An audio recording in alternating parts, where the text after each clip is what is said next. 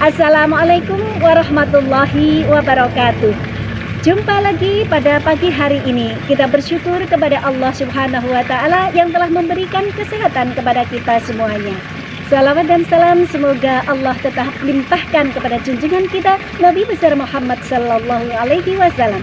Anak-anakku sekalian, pada kesempatan pagi hari ini mari kita bahas makna kisah surat Al-Imran ayat 190-191 di materi kelas 12 semester kasar. Oke, anak-anak sekalian, setelah anak-anak berhasil menghafal kisah surat Al-Imran ayat 190 sampai 191, sebelum kita bahas makna kisah surat tersebut, mari kita lantunkan ayat bersama-sama. A'udzu billahi minasyaitonir rajim. Bismillahirrahmanirrahim. Inna fi khalqis samawati wal ardi wa ikhtilafil laili wan nahari la ayatil liulil albab allazina yadhkuruna Allaha qiyaman wa qu'udan wa 'ala junubihim wa yatafakkaruna fi khalqis samawati wal ardi Rabbana ma khalaqta hadza batila subhanaka faqina azabannar. Shadaqallahul azim. Nah, anak-anakku sekalian, mari kita buka bersama surat Al-Imran ayat 190 dan 191. Mari kita lihat terjemahan ayat tersebut.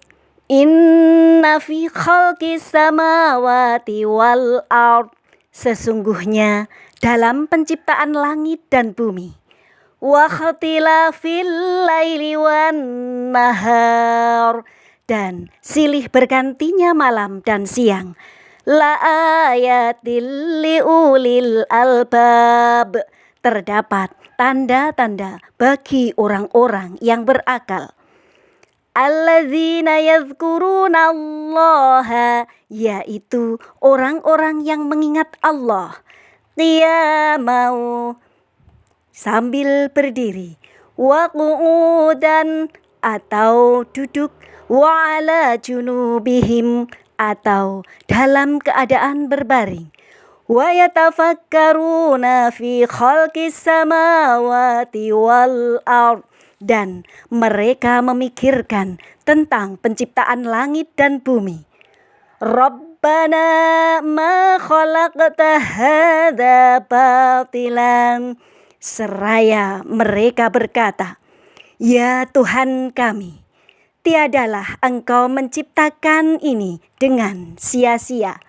Subhanaka faqina azabannar, Maha suci Engkau, maka peliharalah kami dari siksa neraka.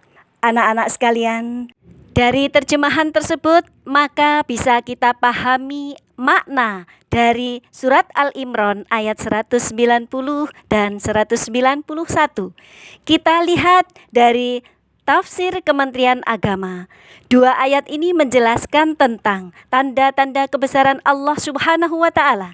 Tanda-tanda kebesarannya hanya bisa dipahami oleh orang-orang yang berakal atau orang yang tidak diselubungi akal untuk menciptakan kehancuran. Orang-orang berakal atau ulil albab yang dimaksud dalam ayat ini adalah orang-orang yang senantiasa memikirkan ciptaan Allah, merenungkan keindahan ciptaannya, kemudian dapat mengambil dari ayat-ayatnya manfaat, seraya berzikir, yakni mengingat Allah Subhanahu wa Ta'ala dengan hati, lisan, dan anggota tubuh, seraya menjalankan aktivitas setiap harinya. Saya beri tambahan, dua ayat ini pernah dikisahkan dari istri Rasulullah Sallallahu Alaihi Wasallam, Aisyah radhiyallahu anha. Pada suatu malam ketika mereka tidur bersama, Rasul berkata, ya Aisyah, izinkan aku beribadah kepada Rabbku. Yang kemudian dijawab oleh Aisyah, aku sesungguhnya senang merapat denganmu. tetapi aku senang melihatmu beribadah kepada Rabb-mu. Pada waktu sholat, Rasulullah Shallallahu Alaihi Wasallam menangis sampai air matanya membasahi kainnya karena merenungkan ayat Al-Quran yang dibacanya. Setelah sholat, beliau duduk memuji Allah dan kembali menangis terseduh-seduh. Kemudian beliau mengangkat kedua belah tangannya dan berdoa dan menangis lagi dan air matanya membasahi tanah. Kemudian Bilal datang untuk azan subuh dan melihat Rasulullah Shallallahu Alaihi Wasallam menangis. Ia bertanya, "Wahai Rasulullah, mengapakah Rasulullah menangis? Padahal Allah telah mengampuni dosa Rasulullah, baik yang terdahulu maupun yang akan datang." Rasulullah menjawab, "Apakah saya ini bukan seorang hamba yang pantas dan layak bersyukur kepada Allah? Dan bagaimana saya tidak menangis? Pada malam ini Allah telah menurunkan ayat kepadaku."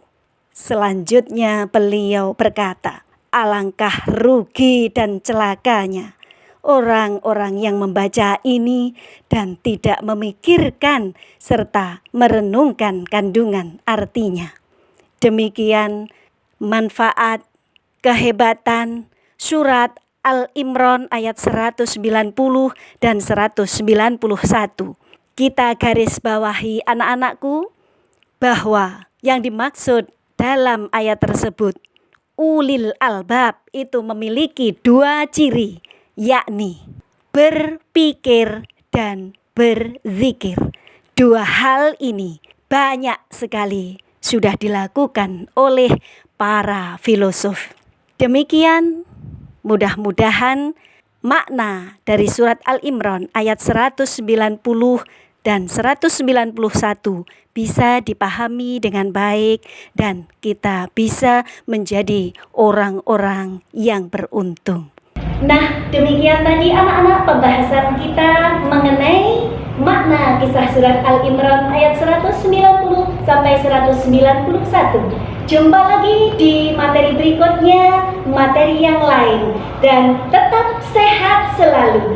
Salam sehat, jangan lupa jaga protokol kesehatan. Terima kasih. Wassalamualaikum warahmatullahi wabarakatuh.